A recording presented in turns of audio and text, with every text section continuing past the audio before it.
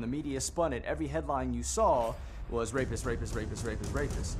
And you take Brock Turner, the young white swimmer from Stanford, sex abuser, sex abuser, sex abuser. So why is it that one man, a black man, is held in regard as a rapist and he was proven innocent, and you have actual evidence, physical evidence to prove that Brock Turner actually raped this woman and he's a sexual abuser? This is the type of stuff that media does, and this is why I say media needs to be held accountable. These people in the Middle East, like ISIS, they want to kill you, they want to kill me, they want to kill your kids, they want to kill everybody. I do not look at the media as a reliable source. I think they're sensational. I don't think they're doing citizens a justice. You're relying on a very competitive news media source that has an editor and an agenda and a producer to tell you what just went on. And if it bleeds, it leads. And if they repeat it enough, people will believe it. So that's why you have Fox News repeating the same thing, MSNBC repeating the same thing. Until we start controlling the propaganda that's put out about us, there's always going to be other people's perspective or what they want to write or say about us. It's important for us to have true independent black media outlets. And what is a true independent black media outlet? Is one that is funded by other African Americans or black people and not by a major corporation, right? We even look at Black Lives Matter, funded by George Soros. So that's his agenda. That's not a true Black Lives Matter from black people. That's his agenda, because he who pays the fiddler calls the tune. I just think the change should be that it's more production and definitely more quality entertainment and writing and directing and movies and scripts and that kind of thing. A lot of people don't realize that because you have a black writer, a black producer, a black director, a black lead, yes, it is predominantly a black story, a black film, but you have to understand who controls the distribution are white people or Jewish people. You can sit there and say, yes, Tyler Perry, but Tyler Perry still has to answer to Lionsgate, which is not black owned. That's who distributes his films. So until we control distribution and lock that down, our stories are going to be limited to what they are told to a certain point. The slave movies, get rid of them. They don't help at all. You know, they rarely show the revolts, which would show, you know, like people didn't just take what was given to them and wait for a law to be passed. It was actually something being done. We need more movies to show those psychological thrillers or those moments of the effects of slavery and how it's still affecting us today. There are vast and powerful changes that are occurring. Black media is getting stronger every year. You have a black film industry that's growing, where you got these small independent black films that are literally making hundreds of thousands, some making millions of dollars, and you're seeing people kind of responding to that. There was two kinds of slaves. There was the house Negro and the field Negro. The house Negro, they lived in the house with master. They dressed pretty good.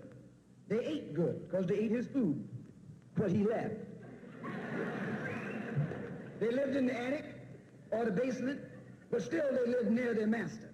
And they loved their master more than the master loved himself. They would give their life to save their master's house quicker than the master would. If the master's house caught on fire, the house Negro would fight harder to put the blaze out than the master would. If the master got sick, the house Negro would say, "What's the matter, boss?" "We sick, we sick."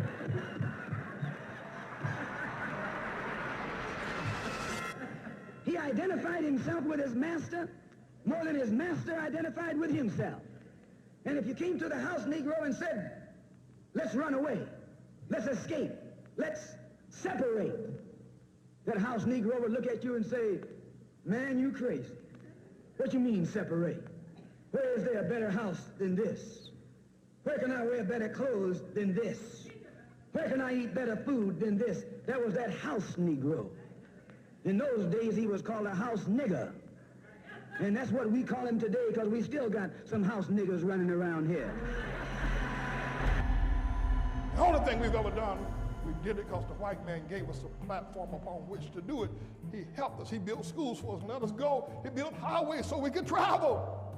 I think that historically we've always believed that the best way to get ahead in America is to gain favoritism with the white man and to sort of get that borrowed power that he lends to you. Guys like Barkley, Charles Barkley, Stephen A. Smith, Stacey Dash. Some of them are puppets for white supremacy because they get something out of it. They benefit from it in some way. I think we should have a code of conduct. We should have a standard of behavior for these individuals. And it should be simply based on the very firm idea of reciprocity.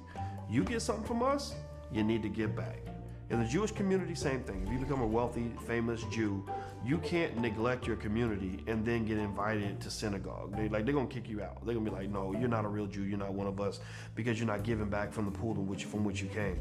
My message to the entertainment community is get involved at whatever level you can. So I understand many of you have careers, you gotta be strategic. That's cool. We can do things behind the scenes. We can play chess, not checkers. So if you're an entertainer, you can't be on the front line, support those of us who are on the front line. Don't exclude yourself from the fight for our people. Because one day Tamir Rice or Sandra Bland or Trayvon Martin or Eric Garner gonna be your Uncle Eric or your cousin Sandra or your son Trayvon. I think that these people have a social responsibility. That social responsibility comes in a lot of different ways. It could be monetary, it could be speaking up, it could also be shutting the hell up when you don't know what you're talking about. When we have celebrities that go off into the stratosphere making all this money from white folks, especially if they're selling the hood. You got rappers that are selling the hood. They're selling their black authenticity to all white audiences who pay money to see them on stage with gold grills and big chains, acting like big gorillas and calling themselves niggas. So these white people are paying you all this money to sell the authenticity that was given to you by the black community. Well, you owe the black community something. By definition, right, Africans in America are second-class citizens. A second-class citizen is somebody that's not accorded a fair share in a society as others in that society. So if we know we second-class citizens, yo, you can't, just because you got your bag up, you just can't forget about the rest of us. Like, there's crabs in the barrel, but then we got the crabs out of the barrel. Well, you done got out, you never look back. Like, don't be that person.